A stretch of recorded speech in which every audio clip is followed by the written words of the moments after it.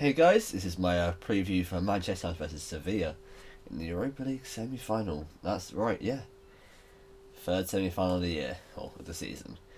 It's one that I'm going to be honest, not massively confident about, and why should I be? Our recent form hasn't been incredible. We've been winning games, but we haven't been quite performing at that top level that we have seen Manchester United performing at this season.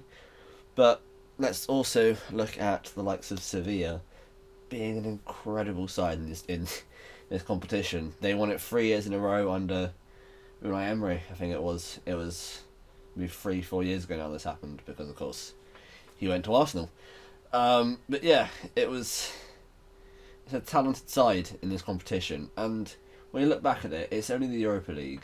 We say it's only Europa League. It's still a European competition. Manchester United, we've only won maybe 4 in recent history, if that. I say if that, and again in recent history, but I say we're not a side that's known for our European prowess, whereas Sevilla have won 3 in the last 10 years. So they're going to go into this game rather confident in terms of their European success and in terms of knowing that they're good enough and that they have the bottle to take it that one step further. That isn't something we've seen from this Manchester United side this season. Because of course, as I said, 3 semi-finals, which sounds incredible, but that's 2 competitions where we lost out by 2 games because we just didn't quite have it enough to push us over the line. The Man City game, of course, we almost pulled it back in the second leg, but we just couldn't quite get it in the end. And then the Chelsea game was, of course, the game where we lost our only game since Bruno Fernandes has come in. And that was a disappointing one, of course. You're always going to look at it as a disappointing game when you're losing 3-1 to Chelsea. But we rested players, we dropped players ready for Premier League in order to make sure that we've got that top footballer, apparently. No, in order to make sure we've got that top 4. I was trying to say top 4 and top 3 at the same time, but yeah, we want to make sure we've got that top 4, so that's the reason why we rested players, and in the end, it worked. You can't really fault it too much, but there's no reason to be doing that in this semi-final because all we've got left to do this season is that final. So we haven't got rest players for other fixtures and other competitions because this is the last one of the season. So I would love to end the season on silverware, and again people say it's only the Europa League, like I said earlier, but it's still a European competition and it's still proving that you're one of the best in Europe. And although it may not be the Champions League, which is the competition we want to be winning, it's still a tournament that has elite teams in it, like Inter Milan, and like European pretty good juggernauts of Sevilla. Or we've seen other good teams go out recently, like Wolves got knocked out to this tide, and it's not a competition that we need to be going to look at. We're favourites, of course we are. But it's not a competition which we're looking at and going, this is going to be a walkover. Because if we win this game, we'll have Inter Milan, or I'm assuming it's Inter Milan because they're also quite heavy favourites for that game. It's no pushover, it's no easy feat, and it's one that I'm not extremely confident about. I have every right to be, like I said earlier, to not be confident, but I have every right to be confident at the same time. But this is an incredible 11, and it's an 11 that could/should do it. So I see no reason why they won't. And I'll go into it a bit later on about what I think my lineup's going to be. But like I said before, we're going to be going strong. We're going to be going with a side that very similar to that of what we've been using in the league, that got us into this position and got us into the top 3 ready for Champions League next season. But yeah, like I said, we're in the Champions League next season. So, is there any need to push on for this trophy? Of course there is. We're top 3, that means we've got Champions League next season, and usually winning Europa League is your gateway to the Champions League. This isn't the case of Manchester United or Sevilla, because we both finished top 3 in our respective leagues. So it's not a competition we should be looking at as a gateway, it's one that we should be looking at for first bit of silverware, which, I don't know, a lot of United fans don't seem to think about like the romanticism of Ole Gunnar Solskjaer being that super sub, one of the most famous super sub goals in history, and then becoming our manager and winning a European competition. It's not the same European competition, of course it's not. But at the same time, what a story. And that's one thing that a lot of United fans don't think about or even really care about at the start of the season when we were struggling. But it's got us here, and it's got us to a point where we could see Ole Gunnar Solskjaer lifting a European competition as a Manchester United manager. Just think about that. This is a tournament that we won.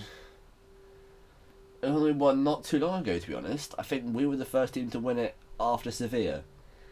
And this side is somewhat similar in terms of the fact that we still have the likes of Lingard, Rashford, Martial, De Gea, of course. But at the same time, it's a different side because we have the likes of Bruno, Wan-Bissaka and Maguire, all of these lot that came in this season. So it's one that, especially for Maguire, he'll want to win it.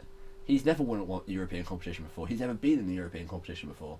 I don't think he was in that Leicester side that managed to make it into Champions League. Not only that, he'll be winning it as a Manchester United captain in his first season. That just doesn't happen. You just don't win a European competition in your first season as captain, or your first season full stop. So it's one that there's a lot of people in this team who want to be winning this competition, and it could be one that could just help us step forwards into that next stage. As I said before, this is our third semi-final, and we haven't quite had the bottle to go to that next stage, and the next stage after that to win it. So just proving that we could do it could be such a massive thing in turning next season semi-finals into finals, and then finals into winning. It's a competition that we should be looking at as end of the season, top 3 in the Europa League, as a successful season. That's a season that we haven't had since Sir Alex Ferguson retired. So it's one that we've previously won trophies and we finished top 4. We haven't done them together. Every time we've won a competition, we've had to look at it and we've had to just completely ignore the Premier League in order to play the players to win that competition, or in order to get top 4 in Premier League. We had to ignore competitions in order to get there. We had to rest players ready for Premier League games, or we've had to rest players in Premier League games ready for Europa League games. Is what we did under Mourinho. So this will be the first time since Sir Alex Ferguson where I think we can say we've had a very good season in terms of league and cup competitions, and that's something that we shouldn't really ignore. Anyway, I digress. It's time to have a look at my squad. Like I said before in the other previous Europa League ones, this isn't a Premier League game. I'm not going to have the same structure. This is just, I'm going to talk about the game, line-up, score prediction. Anyway, line-up time. Right then, I think it's fairly obvious who starting 11 is going to be. As I mentioned earlier, it's going to be similar to It's the team that we have been using in the Premier League to get such success. I'm going with, I know it's not his competition, he doesn't usually play it, but I would say De Gea in goal, although he has cost us a semi-final already this season. Yeah, I'll go De Gea in goal, I'll go Wan-Bissaka at right back, I'll go for Lindelof. Actually, no, I'm going to go for Maguire and Bailly at the back, because that seems to be something that Ollie's going for at the moment. Which is why a lot of people are like, why is Maguire playing? I was similar. I was very annoyed. That's why Maguire was playing the other day against LASK Lynch when he didn't have to. But when you look at it, he was trying out the partnership of Bailly and Maguire and trying to get them that little bit of partnership and that little bit of just knowing what the other person's going to be doing, because this is a competition where we could have afforded to do it. Because if Bailly can keep fit, I think he's a better centre-back option next to Maguire than Lindelof is. He's a lot more athletic, he's quicker, he's stronger, he's better in the air. His issue has been he's sometimes a bit erratic and he's very injury prone. So hopefully if he can get out of his game, that back two is a perfect partnership. And then for Brandon Williams at left back, because of course Luke Shaw's still not fit yet. So Matic, yeah, I say Matic. Matic, Bruno, Pogba, of course, that's the usual midfield three, and then the incredible, the dynamic, the free-flowing Martial, Rashford and Greenwood. that is the side that we named quite frequently, excluding, of course, Brandon Williams coming in for Luke Shaw, because, of course, Luke Shaw isn't fit yet. He'll be back at the start of next season. But yeah, it's a side that we've seen well too often. Well, I say too often. We've seen often. It's a side that has picked up many great results for us. A side that is good enough to win this competition. It's a side that's good enough to win this fixture. Will we though? Right then, so we've gone over I think the game, how the game's going to be played. Gone over what the lineup's going to be. Let's have a look at the score prediction.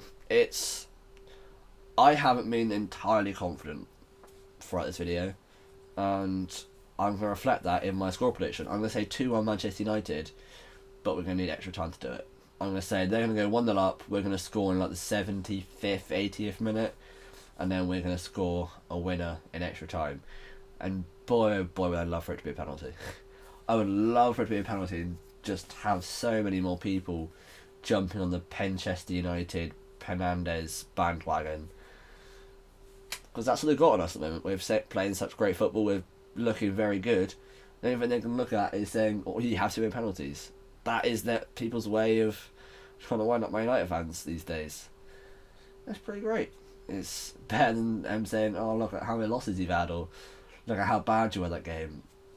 The fact that they're saying, look at how you scored this goal, is their way of knocking us down.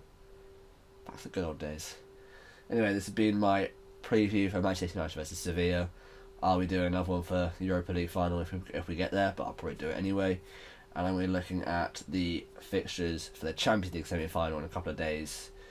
So yeah, hope you guys enjoyed the video, and peace.